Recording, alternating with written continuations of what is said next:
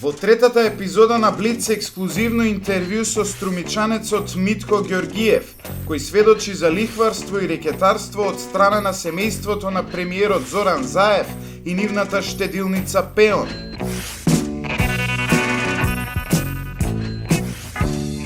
Дали може еден човек кој преку нивната штедилница прави лихварство да биде премиер? Значи нема кредит во Пеон даден по 30% лихва. Значи цел град е под лихва. Телефонскиот број на штедилницата на Заеви не функционира. Пеон е дел од случајот подкуп, каде според обвинението и снимките, премиерот барал парите за подкуп да се остават токму во оваа менувачница. Еве што вели за случајот Вице Заев. Ниту Вице Заев бил или ќе биде лихвар, ниту пак Пеон била или ќе биде лихварска организација. Јавноста во Струмица го знае Вице Заев и семејството на Вице Заев, но истовремено го знае и Митко Ѓоргиев и неговото семејство. Власта се смени, семејно-картелскиот систем продолжи да функционира. Се практично е фрлено само на една карта и таа се однесува пред себе на дворешната политика. И веројатно неможноста да се постигне, да се сите приоритети да се реализираат, не доведува до тука да чувството на резигнираност расте, но и чувството на незадоволство да продолжи да расте и натаму.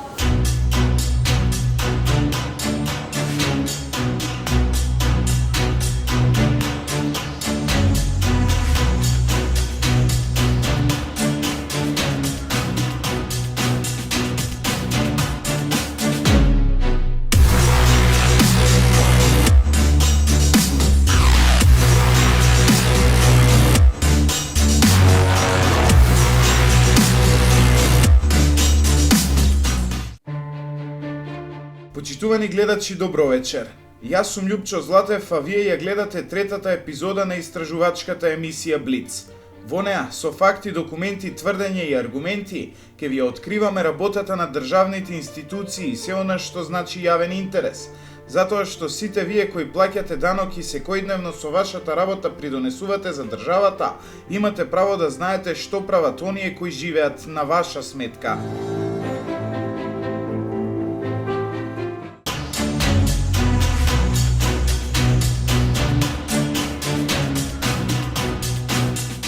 Неделава патот не однесе во Струмица, од каде што потекнува премиерот Зоран Заев и каде што со десетици огромни бизниси доминира неговата фамилија. Во Струмица сме по повик на бизнисменот Митко Ѓоргиев, кој како што тврди, поради фамилијата Заеви морал да се исели од Македонија и својот бизнис да го пресели во соседна Бугарија. Ѓоргиев има семејна трагедија, која е проширена со должничко заложништво. Од штедилницата Пеон, која е во собственост на Вице Заев, брат на премиерот Зоран Заев, него не сакаат да му го затворат кредитот кој веќе одамна го отплатил и станот му е се уште под хипотека. Му бараат дополнителни 20.000 евра, иако за земените 12.000 евра веќе вратил 24.000. Добре дојде за Митко Ѓоргиев, бизнисмен од Струмица и член на Лигата за демократија. Да, член на Лига за демократија да, но бизнисмен не, бидејќи со доаѓањето на вас на фамилијата Заеви или кланот Заеви, јас разбрав дека Струмица, како еден од најдобрите градови, градски град, што се више град на културата и уметноста, секој бизнисмен нема шанси, градот постепено, и тоа веќе е докажено, дека градот Струмица веќе целосно е во собственост на фамилија Заеви и кланот околу нив. Значи не постои нешто што не е во нивна собственост и сите други кои се бавевме со бизнис, јас не работев некој голем бизнис во почеткот на кога почнати, но веќе во Струмица нема никој шанси да работи бизнис и затоа решив дека најдобро ќе биде да ја напуштам Македонија, така да јас со мојата фамилија, со доаѓањето на Заев, после 1-2 години, јас Македонија напишав и веќе повеќе од 10 години ние не живееме во Македонија,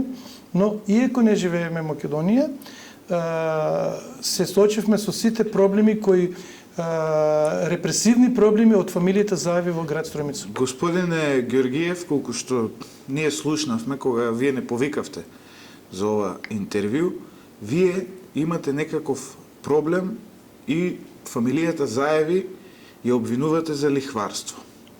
Што поточно се случило кога вие земавте пари од Заеви? Зошто и како? Седавме со Вице Заев, така на улица, разговараме кафе и викам, треба да ми почне сезоната и ми треба околу 10.000 евра за да ми почне сезоната. Вие со туризам се бавите? Да, со туризам се бавам. И Вице вика, јас ќе ти дадам, нема проблем. И ми ги даде парите, 12.000 евра. И после неколку дена ми се јави, вика, вака, вика, треба да немам проблем од Народна банка, тоа мора да се узакони. И го пратив син ми, доде тамо да подпише, станов го заложивме и всичко беше окей. Значи, вие прво сте земале пари, Да. а потоа сте подпишале договор да, со да. штедилницата. Со штедилницата на фамилија Заеви. Како се вика таа штедилница? Пеон. Значи Пеон, она веќе сега го има променето име, не е штедилница, некој друго, не знам, тие се така игриши. Финансиско друштво. Финансиски друштво, не знам, но кога јас го земав кредитот, беше штедилница Пеон. И сега, се извинувам. Да. Прво, земавте пари, Да. веќе една недела ги имавте во вас Да, парите, може би повеќе. па тек после тоа подпишавте договор дека сте земале пари. Не, тоа беше уредо. Што стоеше во тој договор? Јас мислев дека парите ќе ги вратам за неколку дена, така беше и тоа беше уред што го направивме договор. Но јас не го видов договор. Не е во ред, господине Не, Георгиев, да. затоа што не Правно може да не. се дадат Да. пари Да. на рака, Се па тек согласувам. по тоа да се подпише Се договор. согласувам. Многу од нашите гледачи земале кредити од банка и знаат дека прво се подпишува и се договара од двете страни, па Да. дури потоа се подпишува договор. Тоа Па дури така. потоа се земаат Да. парите. Секоја сторија има најмалку две страни. Сега ќе ви ја пренесеме втората страна, онаа на Вице Заев, брат на премиерот Зоран Заев и познат струмички бизнисмен, собственик на Пеон. Станува збор за кредит одобрен уредно, согласно кредитните политики и процедури на друштвото, заведен под кредитна партија број 5488 од 15.1.2008 година. Истиот е одобрен и исплатен лично на лицето Нада Аврамова, инаку мајка на Митко Ѓоргиев. Исплатата на кредитот и денес, а и тогаш се случува веднаш после извршувањето, односно завршувањето со преглед на севкупната документација, како и после склучувањето на договорот, вклучително и после уписот на хипотеката во јавните книги. Во таа смисла, веднаш после одлуката на кредитниот одбор кредитот да се исплати, истиот се исплатува на шалтер со подпис од страна на кредитобарателот, на документ каса прими, согласно законската регулатива која ги регулира готовинските и безготовинските плаќања во периодот на исплата, односно 15.1.2008 година. И јас му реков тогаш, Вице, јас не сум, тие пари се не се некои пари, но не сум редовен дека живеам во Бугарија. Како ќе стигам, ќе си плаќам пари, нема проблем, Митко и така. И проблемите ме започна, знаеш, мојата мајка ми живее сама со 100 на 100 склероза. И мајка ми ја гледаше жена, 24 часа жена што ја гледа. И ми се јавува жената која ја гледаше мајка ми и ми плаче, вика, дојде извршител. Како извршител? Дојде извршител.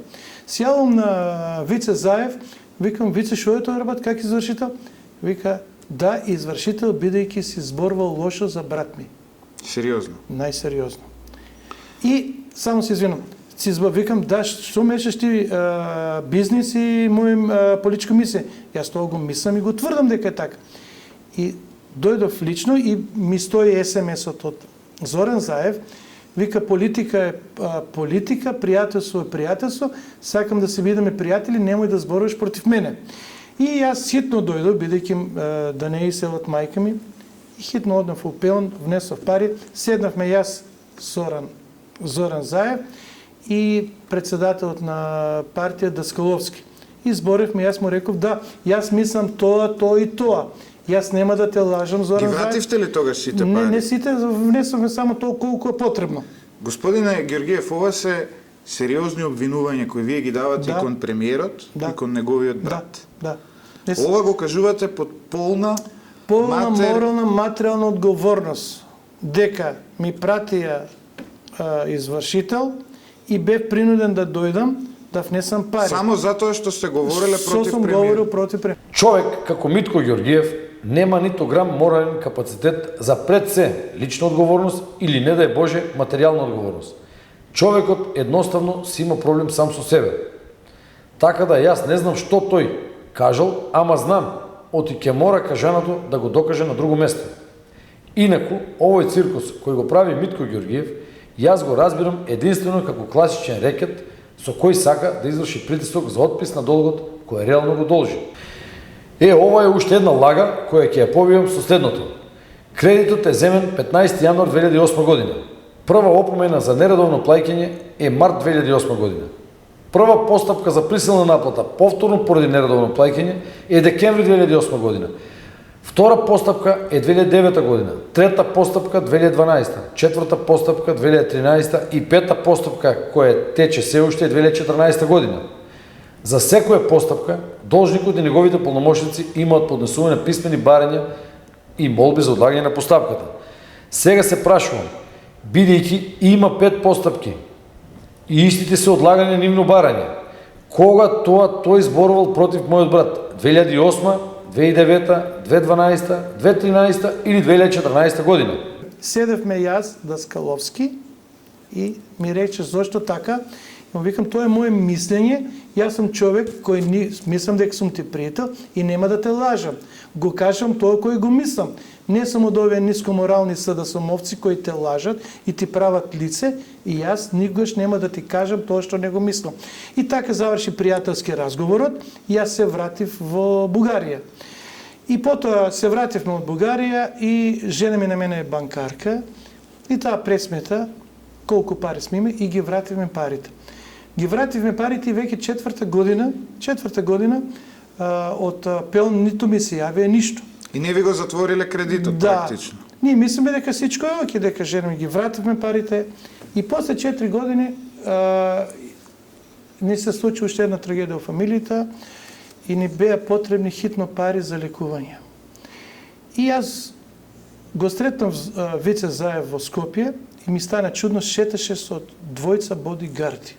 Вице Заев со бодигарди ми беше многу чудно. Добро, има многу бизнисмени кои имаат бодигарди, да, тоа не е за коментирање. Не е тоа важно. И му викам, така, Вице, да ми ослободиш хипотеката, бидејќи ми требаат хитно пари за лекување, многу хитно ми треба. Сакавте да си земете вие кредит од друга банка? Не, сакав да ми се ослободи хипотеката и јас веќе станот го продадов, бидејќи ми треба хитно пари. Така. И тој вика, јас имам, план со твојот стан. Зашто поточно се работа? Зошто ви требаат твоите пари? Ви сега, ми треба за тешка болест, од член од мојата фамилија, многу тешка болест, и лекувањето ќе беше најдобро ако беше во Турција, но за таму ми треба пари, нема и достаса. Јас решив да го продадам станот и да одам во Турција. Но Вице Заев 3 месеци, 4 месеци нешто не ми се јаваше. Не сакаше да се сретне со мене да ми ослободи хипотеката. И потоа, кога отидов таму, иако вратен кредитот, јас се почнев кога Вице Заев ми пресветал, ми дава лист на кој ми бара да му платам уште 20.000 евра. Значи, вие сте земале 12.000. 12, вратив 24,5. Значи, тоа е 100% камат. Тоа не е ни важно, но по закон јас ги вратив спрема закон на Народна банка. Парите вратени. И тој, иако знаеше мојата положба, фамилиарна положба, дека парите ни треба за лекување, тој ми побара уште 20.000 евра пари да му врати. Кој изговор ви ги побара тие пари? Нема никаков изговор, со него не може да... Тој ми донесе, еве го листот, ми носи лист, вика, еве тие пари треба да ми ги вратиш. Викам, да не си грешка, вика, не сме грешка. Како не сте грешка, викам, жена ми е банкарка, има пресметано се, и тој ми дава лист, му викам, да, дај ми документ, како се давани парите, вика, не ти давам. Оној листинг за секојдневните уплати што сте ги правеле. Вика, нема тоа, зашо да ти го дадам. Како да не ми го дадеш, викам, може би треба да ти дадам повеќе. И не ми го даде, еве го листот, Ке го снимеме. Со кој ми пресмета дека му дужам уште 20.000 евра. Па, знаете, вие ги обвинувате Заеви за лихварство. Тоа е лихварство. Значи вака. Само се извинувам. Дури ни лихвари не се бават со камати со ваква висина. Колку што знам, Според Народната банка на Република Македонија, Да. во Република Македонија е регулирана максималната каматна стапка која една финансиска институција може да ја даде на едно лице или компанија. Таа е вариабилна, негде во просек излегува околу Под 12%. Под 12%. Околу 12, да, максимум. Кај вас овде имаме 400%, Значи, ако... сега ќе ви кажам, не е 400%, сега ќе ви кажам. Значи, уште потешко ми стана кога премиерот премиер Зоран Заев се сретнавме во Струмица на улица и викам како председателе, како сте, ово, вика ти како си, викам не сум добро, зашто? Викам имам проблем од твојот брат Вице Заев. Како проблем? Викам така во мојот собствен град, каде сум роден, како нешто имам дадено јас на тој град, ми праве ми права лихварство. Зошто? Викам има пресметано над 30% лихва. Премиерот знаеш ми одговори? Па вика ние не сме банка, ние колку сакаме можеме да дадеме лихва. Премиере, прочитај го законот за банки. И штедилници, и банки, сите се под исто. Не може никој да дава поголеми камати од предвидените на Народна банка. Што се однесува до условите под кој е одобрен кредит, дозволите да кажем следното. Условите под кои е одобрен кредитот на лицето Нада Аврамова се согласно кредитните политики и процедури кои важеле во периодот на одобрување, а кои се опишани во основниот договор за кредит и се истите тие кои важеле тогаш за таков вид кредит. Работењето на друштвото, како што кажав, беше под постојан мониторинг од страна на надлежните и ако имаше нешто спротивно на закон, сигурни бидете дека ќе сме биле санкционирани или во најмала рака коригирани, но такво нешто нема, што значи дека каматната стапка, како и сите останати услови, биле во согласност со законската регулатива. Во таа смисла, ви уверуваме дека должникот и неговите полномошници биле, односно беа однапред запознаени со сите услови на кредитот. И добро вика ќе се јавам да видам што се случува. И после ми се јават од Пелон, ми вика добро вика ајде ми се јави така, ти скративме 500 евра. Викам чекај луѓе вие, јас не сакам никој да ми скрати. Јас сум човек кој не сакам никој да ми даде, си го сакам моето. Сакам да ми биде пресметено според законот колку сум ви должен да ви дадам. И значи дојде месец, два, значи 8 месеци.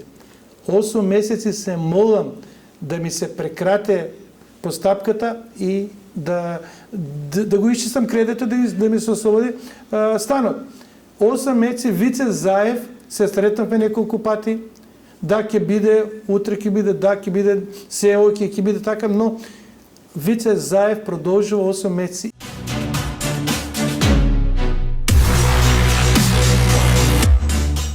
Георгиев ни покажа и документи издадени од штедилницата Пеон, во кои јасно се потврдуваат неговите тврдења, дека за заем од 12.000 сега му бараат да врати над 40.000 евра, иако веќе вратил 24.000 евра.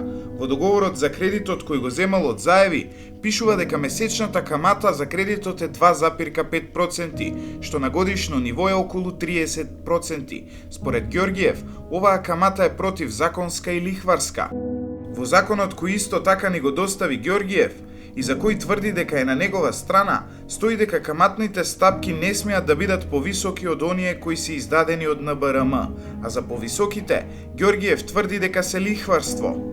Стапката на казнената камата се определува за секое полугодие и во висина на основниот инструмент од операциите на отворен пазар на Народната банка на Република Македонија, референтна стапка, што важела за последниот дел од полугодието, што му претходело на претходното полугодие, зголемена за 10% поени во трговските договори и договорите меѓу трговци и лица на јавно право, односно зголемена за 8% поени во договорите во кое барем едното лице не е трговец, стои во законот. Штедилницата Пеон е основана во 1996 година од Душан Заев, татко на премиерот Зоран Заев. Оваа штедилница, како што вели Вице Заев, од тогаш постои по сите правила и прописи и немала ниту еден ваков скандал како овој кој сега го обелоденува струмичанецот Митко Георгиев. Бидејќи во изминатите повеќе од 10 години, корисникот бил крајно неуреден во сервисирањето на своите обврски, доверителот покренувал неколку постапки за присилна наплата, кои подоцна истите се прекинувани на поднесени писмени барања и молби од страна на должникот или неговите полномошници со образложение дека ќе се подобри сервисирањето на договорените обврски. За секоја постапка за присилна наплата, како и за секој прекин на истата, надлежниот извршител изготвува заклучок со кој ги определува настанатите трошкови и бидејќи прекинувањето е врз основа на поднесок на доверителот пеон, извршителот го задолжува за трошкови доверителот во случајот пеон, кој пак бидејќи ги плаќа трошковите настанати по вина на должникот Нада Аврамова, истиот го задолжува должникот во случајот Нада Аврамова.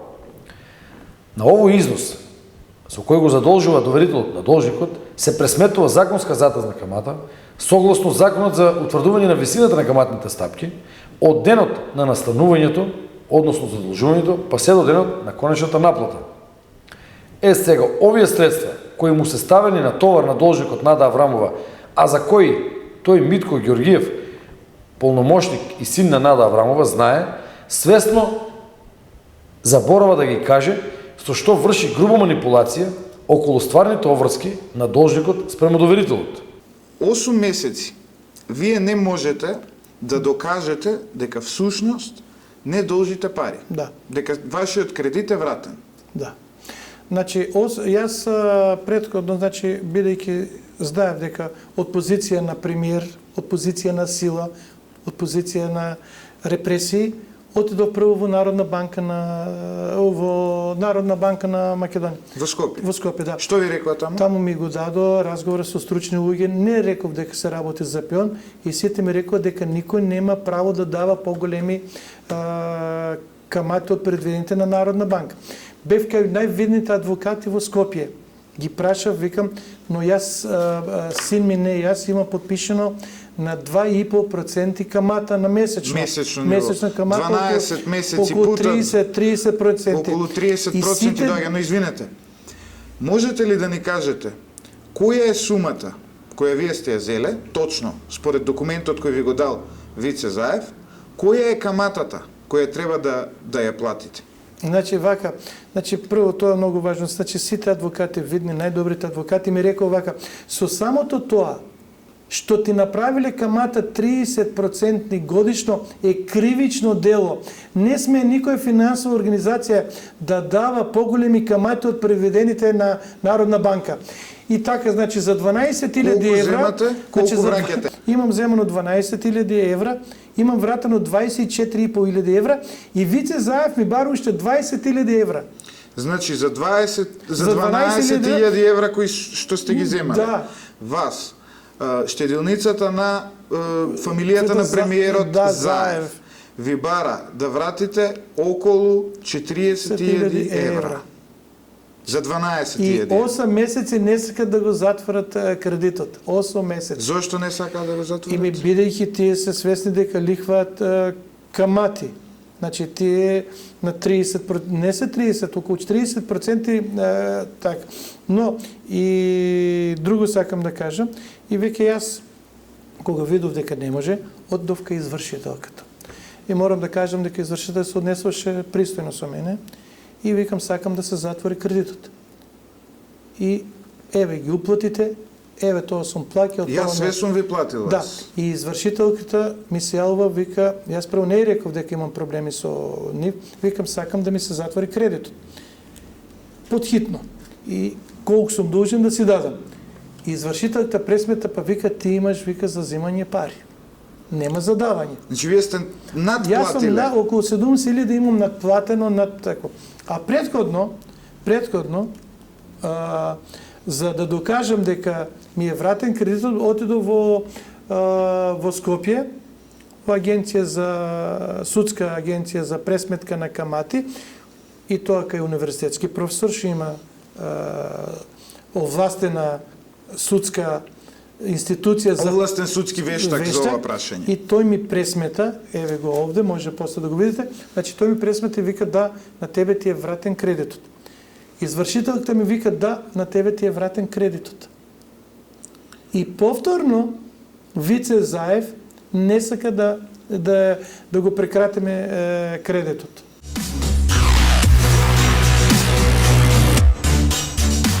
Штедилницата за која Ѓоргиев ги обвинува Заеви се наоѓа во центарот на Струмица.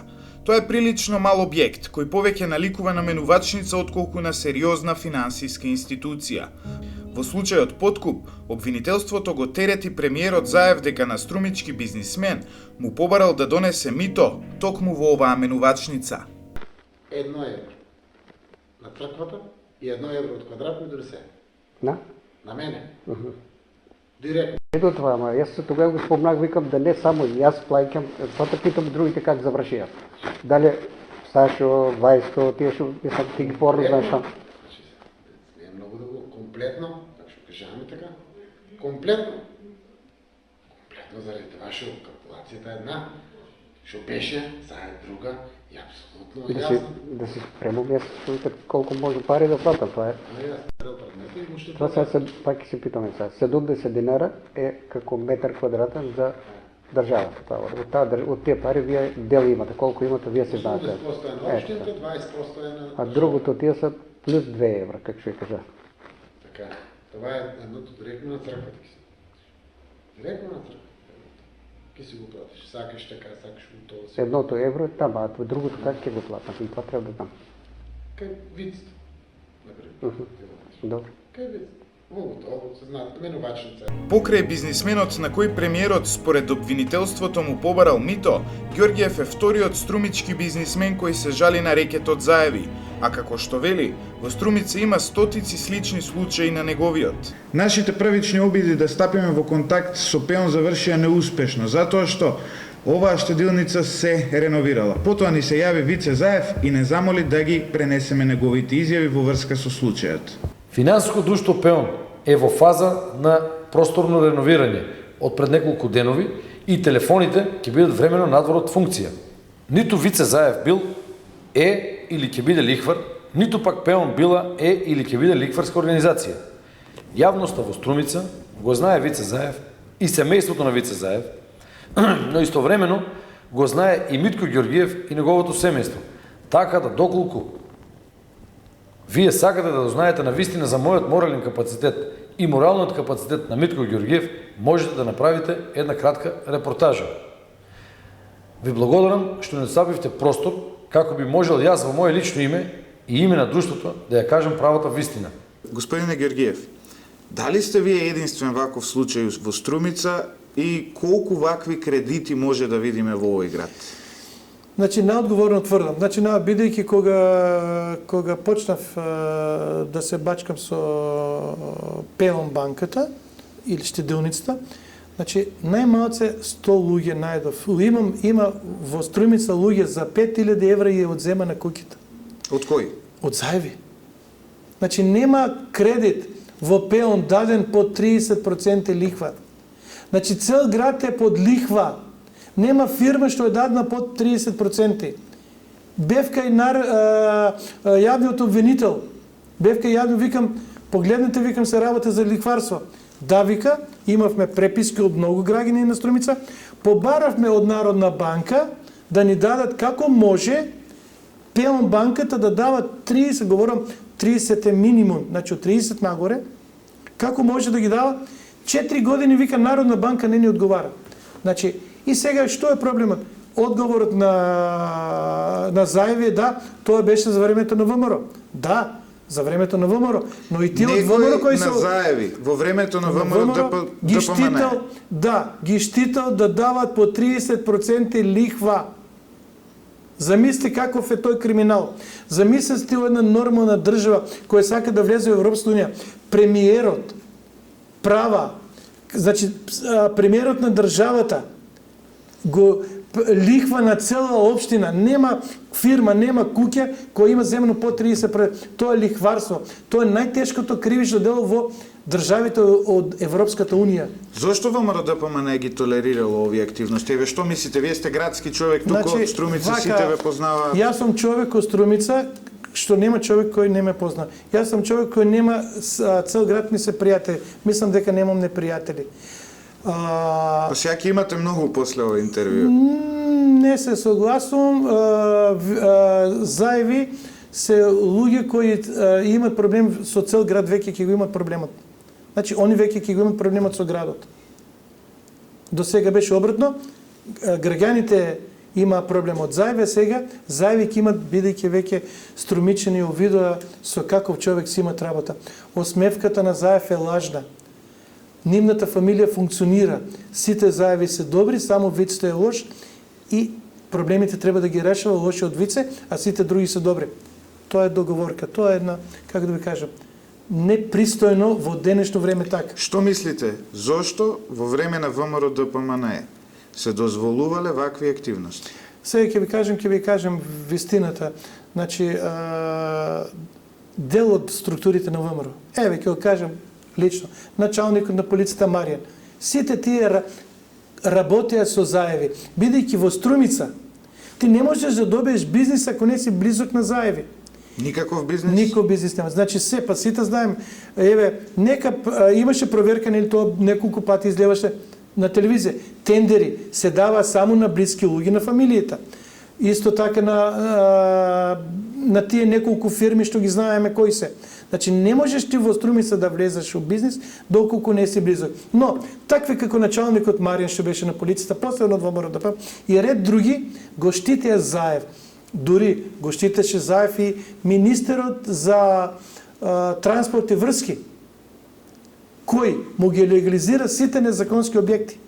Мислите дека ова е заговор на двете политички опции во Република Македонија? Не, тоа беше заговор на ние мора да ја признаеме вистината за ВМРО ДПМНЕ. ВМРО ДПМНЕ имаше две структури. Една реформска структура, што се бори државата да застане на нозе, и една криминална структура која работи со фамилија Заеви. И тие, ова криминалната структура од ВМРО работеше со Заеви. Заедно градеа. Еве у Струмица сите знаеме дека ВМРО, тие криминалната структура од ВМРО градеа со Заеви. Тоа е факт. Што има се Заев во Струмица? Прашањето ќе биде полесно да ме прашате обратно, што нема у Струмица? Мислам ви одговорив. Што нема у Струмица? Како ќе ја барате сега правдата за ова дело за самиот кредит? Јас и за лихварството за кое обвинувате? Значи ние вака сега многу оштетени од Струмица веќе формираме Сдружение на граѓани кои јавно судски ќе поведеме постапки.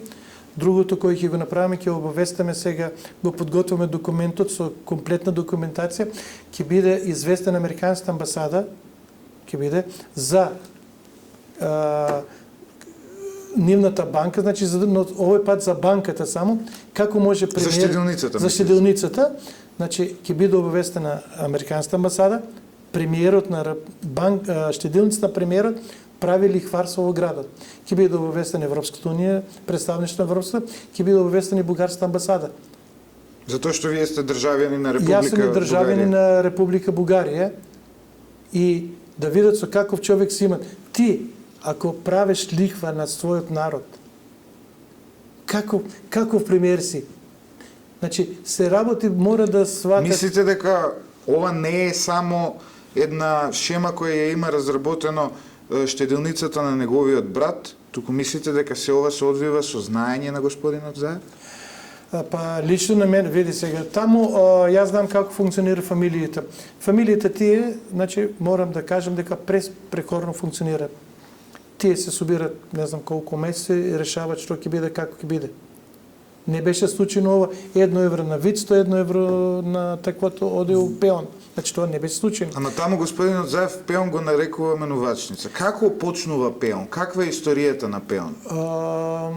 Колку што начув јас од луѓе од Струмица, еден од првите бизниси на Заеви била токму таа менувачница, од која наводно нели се давале вака пари со камата. Вака, јас мислам дека ова менувачница започна да работи уште кога немаше закон за штеделници и за банки, тоа уште почетокот. И точно тоа не можам да кажам како е историјата на Пеон, но јас знам дека денес Пеон е лихварска организација која прави лихва на сопствениот народ. Тој човек се знае. Значи не може да помине нешто во Пеон, а господинот Заев да не знае. Еве, на улица го сретнав, И тој ми рече да, се е окей, ние не сме банка, ние можеме колку сакаме камата да пишеме. То не може премиерот да не го знае дека според Народна банка сите се Во изначени. исто време господинот Заев е економист, колку што знам. Са колку економист, јас не знам. Има диплома од економскиот факултет. Дипломата не значи ништо за мене. И диплома без морал е ништо. Значи, дипломата, моралот и политиката одат заедно. Јас не можам да разберам, еве, диплома. Како може еден човек што има аболиција за криминал, за тежок криминал, да претендира да биде председател на владата? Како може еден човек кој со лажно лекарско уверение избегнува да биде да отслужи војната постапка да ја заврши војна, со лажно лекарско Да биде уверение. мобилизиран за во војна. Не, значи 2001 година още во Македонија имаше редовна Така. војска. И тога започна војната. Ако се сеќавате, имаше војна. И тој со лажно лекарско уверение, потоа тие лекари кои му ја даде лекарско уверение, сите беа затвор за фалсификувани лекарски уверение, тој избегна да оде војниот рок да го отслужи. Замисли се ти една Англија, за да станеш крал, да ја земаш престолот, мораш да не да бидеш војник, него да учестваш во војна. А Зоран Заев ја избегне со лажно. Замисли, овој човек е премиер, додека нашите деца од Струмица гина, не знам колку деца од Струмица загина во таа војна, Зоран Заев со лажно лекарско уверение и ја избегна војната обврска.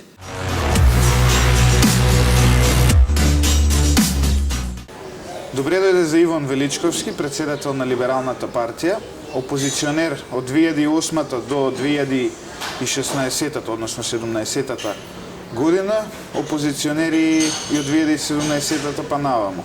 Какво е чувството толку долго, еве, веќе две власти се смени, а вие и понатаму сте опозиција? Благодарам за поканата. Чувството очигледно е непроменете, но очигледно и состојбите се непроменети. Имавме една влада во Република Македонија, вие бевте жесток критичар на таа влада. Дојде живот во Македонија, нели? Со изборите во 2017-та, но го почувствувавме ли тој живот? Има ли промени во начинот на владење?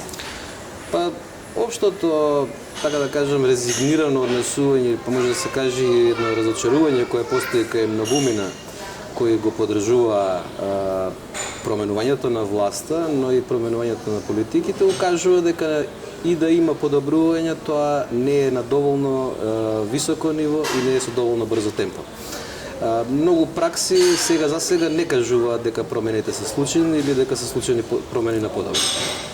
Каде ги гледате тие работи кои останале исти? Во политичкиот систем, во конкретните делувања на новата власт, во начинот на вработување, во начинот на водење на државните институции или на крајот од денот во начинот на делење на државни пари? Или на крајот од денот што ви сте рекле вие, во се она што требаше да биде променето и во се тоа што го набројавте. Знам дека очекувањата беа големи и сите сме свесни за тоа. Основниот проблем што може да се јави и што денеска можеме да го детектираме е што всушност од она што требаше да бидат суштински реформи, многу малку е сработено. Од друга страна, знаете дека дадов една јавна забелешка дека се практично е фрлено само на една карта и таа се однесува пред на дворешната политика. И веројатно неможноста да се постигне, да се сите приоритети да се реализираат, не доведува до тука да чувството на резигнираност расте, но и чувството на незадоволство да продолжи да расте и натаму. При тоа набројавте многу области кои што се клучни и кои што се меѓусебно поврзани. Не можете да имате економски развој ако немате подобрување на владењето на правото. Не можете да имате владење на правото ако не ги спроведувате реформите кои биле неопходни и кои 10 и повеќе години ја држат Македонија во економското и политичкото назадување на кој бевме свесни. Не можете да зборувате за суштински подобрување во политичкиот систем доколку забележувате дека партискиот систем останува ист. Заради тоа, со големо жалење морам да кажам дека во сите овие области или нема напредок, или напредокот е толку недоволен, што чувството на резигнираност и чувството на огорченост кај гласачот, кај граѓанинот расте и се зголемува. Во опозиционата мисла, која владееше за време на владењето на ВМРО ДПМН и Груевски, ликот и делото на Сашо Мијалков беа, да не речам, некој символ за тој начин на владење, барем според она што го говоревте вие опозиционерите. Ако се останало исто, кој е новиот Сашо Мијалков во Македонија? Па прво и основно, зашто да бараме парадигми, што е променето во системот во кој еден човек или една екипа одлучува за сите прашања. Додека микроменеджментот во Република Македонија постои како државна политика, ќе си ги поставуваме овие прашања и ќе бараме олицетворение на владењето на едно, некои го нарекуваат семејство, фамилија, картел, не знам, вакво здружување и така натаму. Да не навлегуваме во класификација, што би се рекло, во илустрација на нешто што сакаме да го смениме, напротив да одиме кон тоа да ги смениме состојбите. Инаку, ако барате поединец, јас не сум од оние кои што го шепотел името на Сашо Мијалков или на Никола Груевски и слично. Напротив, сум кажувал дека неговата работа во делот на работењето на безбедносните служби била незадоволителна и да подсетам дека јас бев заменик председател на комисијата за следење на безбедносните служби. Тоа е таму кажувано. Јас не можам да откривам класифицирани податоци кои што чувствувам обврска како одговорен политичар да не ги откривам, но незадоволството од злоупотребата на институциите на системот јавно сум го манифестирал, а впрочем сето она што се случуваше 2014, 2015, 2016 покажа дека тие институции биле злоупотребувани.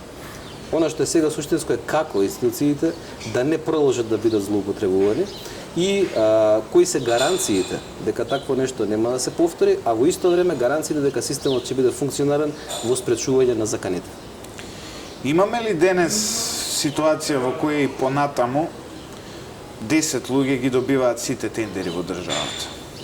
По она што сум запознаен од медиумите, од истражувачкото новинарство кое повторно почна да се враќа во Македонија, очигледно е дека и таа состојба не е променета.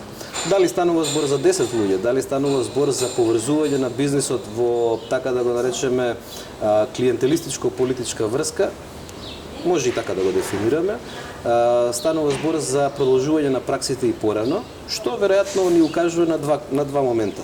Извинете, само да докажам, да ни укажува на два момента. Прво, дека ние немаме политички елити подготвени да расчистат со своето бизнис делување и да бидат политички елити, од една страна.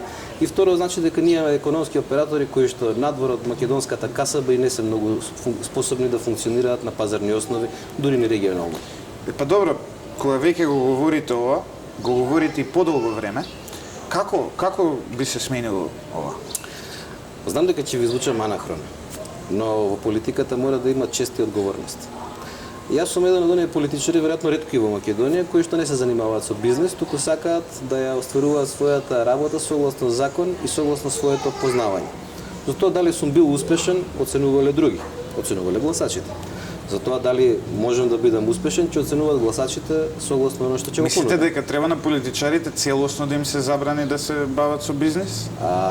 Политичар кој што извршува политичка должност не може да се занимава со бизнес, ниту... Но може да се занимава брат му или братучет му. Ниту да овозможува профит во дејности кои зависат од државата или од државни нарачки на своето основно окружување. При тоа основно семејно обкружување. При тоа не сакам да кажам дека тие треба да бидат ограничени во правото на вршење економска дејност. Македонија навистина по број на жители е мала држава. Македонската економија забележуваме колку е исповрзана. Но основните механизми за спречување на конфликт на интерес, за спречување на концентрација на економски оператори за вршење на одредени дејности кои зависат од државата. Тоа е предмет на политички договор, општ консензус, напоменувам, и тој мора да го постигнат политичките партии. Бидејќи за приватните финансии, немам намера да зборувам за никого, но за одговорноста кон јавните финансии, кон парите собрани од граѓаните за буџетски потреби. И тоа како граѓаните имаат право и да знаат и политичарите да бидат одговорни. Еве, Што мислите во една цивилизирана европска земја, во една земја во која има владење на правото и критична јавност, како би реагирала јавноста доколку да речеме братучедот на Тереза Меј ја поседува најголемата такси компанија во Лондон или пак братот на премиерот на председателот на Франција ги добива концесија за рудници? Се реагира остро. Прво и основно, политичарите во овие земји нема да си дозволат тоа се да поминува тивко е неказнето, туку први и основно или ќе понесат самите одговорност, или ќе побараат заради спречување на конфликт на интерес да нивните роднини не бидат дел од тој бизнес. Зошто не влеговте во владеачката коалиција? Прво и основно настапивме самостојно. Значи настапивме со своји програмски принципи, меѓу другото за заштитата на овие принципи за кои зборував, за држањето до принципите на либералната економија, до држањето до владењето на правото. За тие принципи зборувавме во нашата изборна кампања. Тие очигледно не добија поддршка, доволна поддршка кај гласачите и ние едноставно не сметавме дека можеме да бидеме дел од влада со која што немаме, да речеме, сродни позиции по најголем дел прашања. Во исто време не сте на црна листа на никој од западниве земји, а имате и високо образование. Па можеби тоа ме прави неадекватен.